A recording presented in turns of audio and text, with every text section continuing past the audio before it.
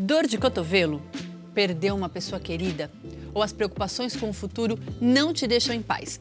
Um dos remédios que pode te ajudar a se sentir melhor é um bom livro prescrito especialmente para você. Isso mesmo, eu disse prescrito. Vocês pediram e aqui estou eu.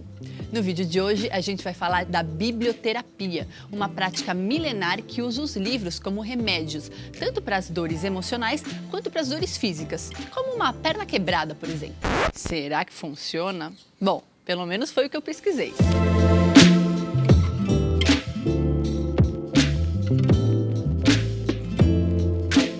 Antes de continuar, eu preciso dizer que eu não sou da área da saúde e que esse vídeo não substitui de maneira alguma uma consulta com um profissional da saúde se você tiver dores emocionais, psíquicas ou físicas. Biblioterapia significa terapia por meio dos livros. A expressão vem dos termos gregos biblion e therapein. Biblion significa todo o material bibliográfico ou de leitura e therapein significa cura, tratamento ou restabelecimento. O terapeuta é aquele que cuida.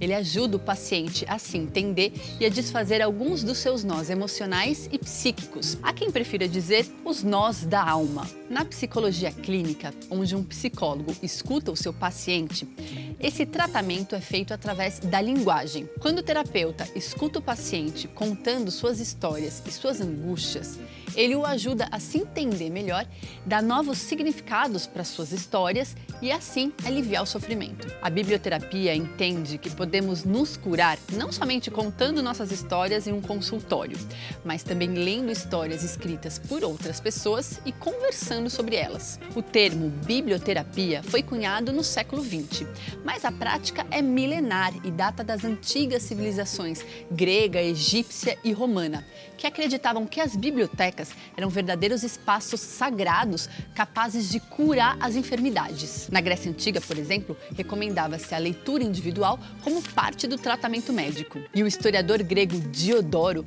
que viveu no século I a.C. e escreveu a Biblioteca Histórica, um conjunto monumental de 40 livros que falam de história, conta que o faraó Ramsés II, no Egito, tinha uma biblioteca com a seguinte inscrição: a Casa de Cura para a Alma. O poder terapêutico dos livros pode acontecer na relação individual do leitor com o livro e também nas leituras compartilhadas, como as rodas de leitura, por exemplo. Segundo a especialista Clarice Caldin, autoridade do tema no Brasil e autora da tese de doutorado Leitura e Terapia, essas rodas de leitura, pelo menos antes da pandemia, aconteciam em diversos locais, como prisões, hospitais, creches e casas de repouso. Com a presença de um mediador, as leituras compartilhadas são um meio potente para os problemas pessoais de cada integrante poderem vir à tona e serem tratados. Aliás, aproveitando, eu quero agradecer a seguidora Janice, que me escreveu no meu Instagram pessoal, depois do vídeo da semana passada, falando da Clarice Caldin e de outras especialistas do tema biblioterapia no Brasil. Obrigada, Janice! Os integrantes da roda leem uma história de ficção em comum e conversam sobre ela, falando sobre o que foi evocado em cada um. Importa menos o que o autor ou a autora quis dizer e mais as ressonâncias do livro em cada participante. E não existe certo nem errado, felizmente, todas as impressões são válidas. Clarice Caldin, inclusive, acredita que a biblioterapia é mais potente quando ela é feita em coletivo. Olha só, Proust considerou a leitura solitária uma disciplina curativa. Não nega o potencial terapêutico do encontro entre livro e leitor, sem intermediários. Considero, entretanto, a terapia por meio de livros mais eficaz quando se processa em grupo, ou então entre duas pessoas. Uma prática solidária que mescla intersubjetividade, intercorporeidade, descentramento e é complementada pela imaginação, pelas expectativas e pelas lembranças de todos que tomam parte nessa atividade. Intersubjetividade e intercorporeidade, nossa, dificinhas essas palavras, hein? Grosso modo, falam sobre as trocas que acontecem entre os integrantes. E descentramento fala sobre a capacidade de um integrante da roda entender algo sobre si próprio a partir da fala do outro. Sabe quando algum amigo está falando algo sobre ele e essa fala te ajuda a entender algo sobre você mesmo, seja por identificação ou diferença? Então, é por aí. Lendo esse trecho, eu lembrei de vários e vários grupos coletivos de leitura que acontecem em Brasil afora. Como o famoso Leia Mulheres, por exemplo, que acontece em várias capitais do país. Ou mesmo as leituras coletivas, que estão rolando em vários canais aqui no YouTube, como Ler Antes de Morrer, da Isa, ou o Literaturice, da Mel Ferraz. As pessoas gostam de ler coletivamente e essas trocas são muito mais potentes do que a gente imagina em um primeiro momento. E você, já está trocando as suas impressões de leitura com a comunidade antofágica? Pois é, a gente tem um grupo no Telegram e para se inscrever, o link está aqui embaixo. Aproveita e já se inscreve no canal, dá o joinha e ativa o sininho de notificação. Esse sininho, aliás, é bem importante, porque o nosso thumb só vai aparecer no seu feed, avisando que tem vídeo nosso fresquinho e novo no ar, se você tiver ativado o sininho. A biblioterapia ainda é pouco difundida no Brasil e como ela é interdisciplinar, as exigências para a sua formação ainda estão em discussão aqui e fora. A especialista Clarice Caldin completa dizendo que existem dois tipos. A biblioterapia de desenvolvimento, que pode ser praticada por bibliotecários, e a biblioterapia clínica, que só pode ser praticada por psicólogos. Em geral, o profissional que deseja ser biblioterapeuta é formado ou em biblioteconomia ou em psicologia. Ele precisa, acima de tudo, ler literatura e amá-la. Outra pesquisadora do tema no Brasil é a psicóloga Cristiana Seixas, que se descreve como alguém que cuida das pessoas através dos livros. Ela diz algo bem interessante. O diálogo com o livro é um dos mais respeitosos. Quando a gente conversa com alguém, podemos ser interrompidos pela pessoa e não conseguir terminar o pensamento e a fala. Quando a gente assiste um filme, algo na história pode nos tocar, mas não necessariamente a gente vai ter o tempo de processar, porque a história continua e dificilmente a gente pausa o filme. Com o livro é diferente. Enquanto conversamos com ele na leitura, a gente tem tempo para pensar, processar e sentir. Inclusive, a especialista conta uma história impressionante no TED que ela deu alguns anos atrás. O link está aqui embaixo para você assistir se quiser. Ela conta que atendeu no seu consultório um paciente que tinha convulsão e nessas crises ele tinha também rompantes de agressividade. Por conta disso, ele viveu toda a sua vida com a liberdade cerceada. Então, em uma das sessões, ela leu para o paciente um trecho do clássico Memórias do Subsolo, de Dostoiévski.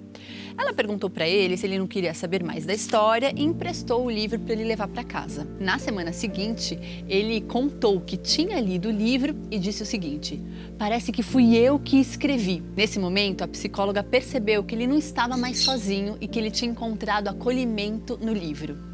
Além disso, ele leu a biografia de Dostoiévski e quando descobriu que ele tinha epilepsia e que mesmo assim conseguiu escrever grandes livros, ele também ficou motivado e começou a escrever as suas próprias histórias, encontrando um meio de aliviar suas dores e se sentir melhor com ele mesmo. Na minha experiência de leitora, eu reconheço sem sombra de dúvida momentos em que os livros me ajudaram a lidar com minhas próprias questões.